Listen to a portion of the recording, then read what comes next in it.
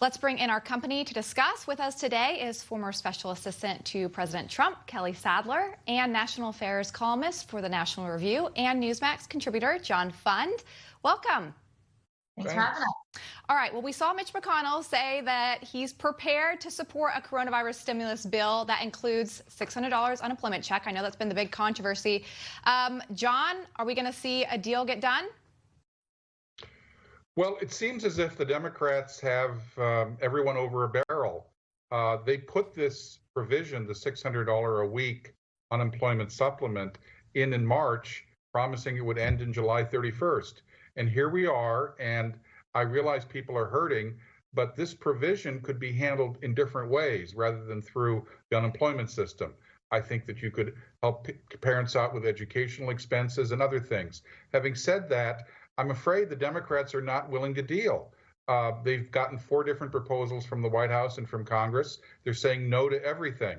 And clearly it's political. And fortunately, this will keep some people away from work, which will mean unemployment will continue to be high. And of course, the economy will be weaker. Perhaps that's what the Democrats want in November. I sure hope not. You know, I think that people can't wait much longer for this. So it's really unfortunate that Kelly, what do you think? Is a deal going to happen? Well, I mean, we've been told they both come to a compromise, hoping that something will happen by Friday of this week. We'll see. Nancy Pelosi doesn't seem to be budging on the $600 for unemployment, federal unemployment benefits. I've heard there's reports out that the administration has gone up to $400 when they wanted it to be $200, so they're trying to meet them in the middle. But, you know, with the $600 unemployment benefits, you know, the University of Chicago did a study on this. That means that 2/3 of people that are have these federal unemployment benefits are earning more money on unemployment than they were on their job. And this is definitely a disincentive to go back to work. So I would urge the White House and the Republicans in the Senate to stay strong on this issue and do not cave to the $600. Hey, John, here's the thing. One thing to get a deal, it's another thing to pass it. I have a feeling that if Pelosi strikes a deal, it'll pass the House. Do you think it passes the Senate? Well, there the Democrats have other demands, and that's the real sticking point. They have everything from a bailout of state and local governments to changes in election law and a whole range of other things. My fear is once they agree to the $600 a week, meaning the White House and Mitch McConnell, the Democrats will say, fine, here's what else we want. I think the Democrats are in the position of they really don't want a deal, and whatever you agree to, they'll demand more. You know, Kelly, speaking of what John's saying, want more, I read a report today that they're actually talking about giving stimulus checks to people who have died. Now, I think we're starting to get to a point where the ridiculous is not about helping people. It's about figuring out what else can I get out of this process. And I think that we've gone from helping to just figuring out how much free stuff we can get if you know, for the left. Mm-hmm. Absolutely. I mean, in Nancy Pelosi's bill, in the HEROES Act, they want to give states millions of dollars to go into mail-in voting. And we know the controversy surrounding that has nothing really to do with coronavirus.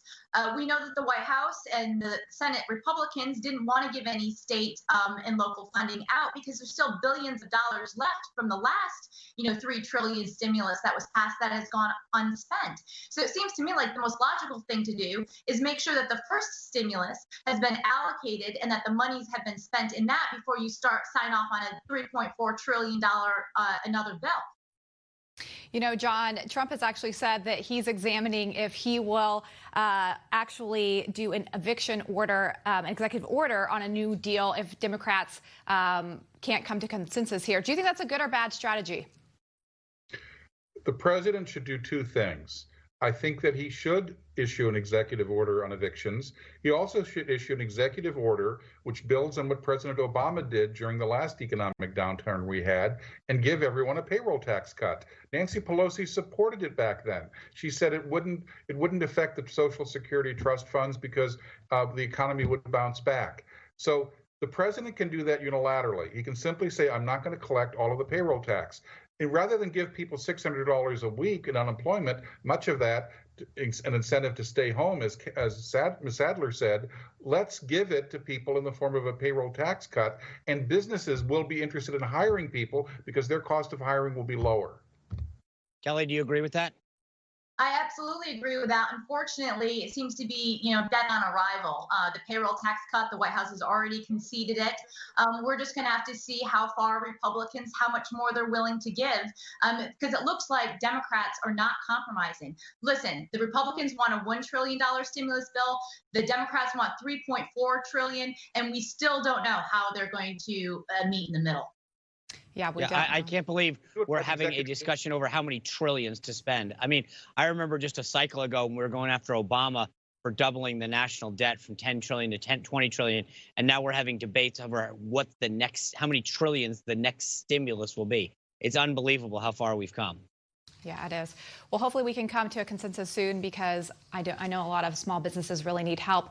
John, Kelly, thanks so much for your insights.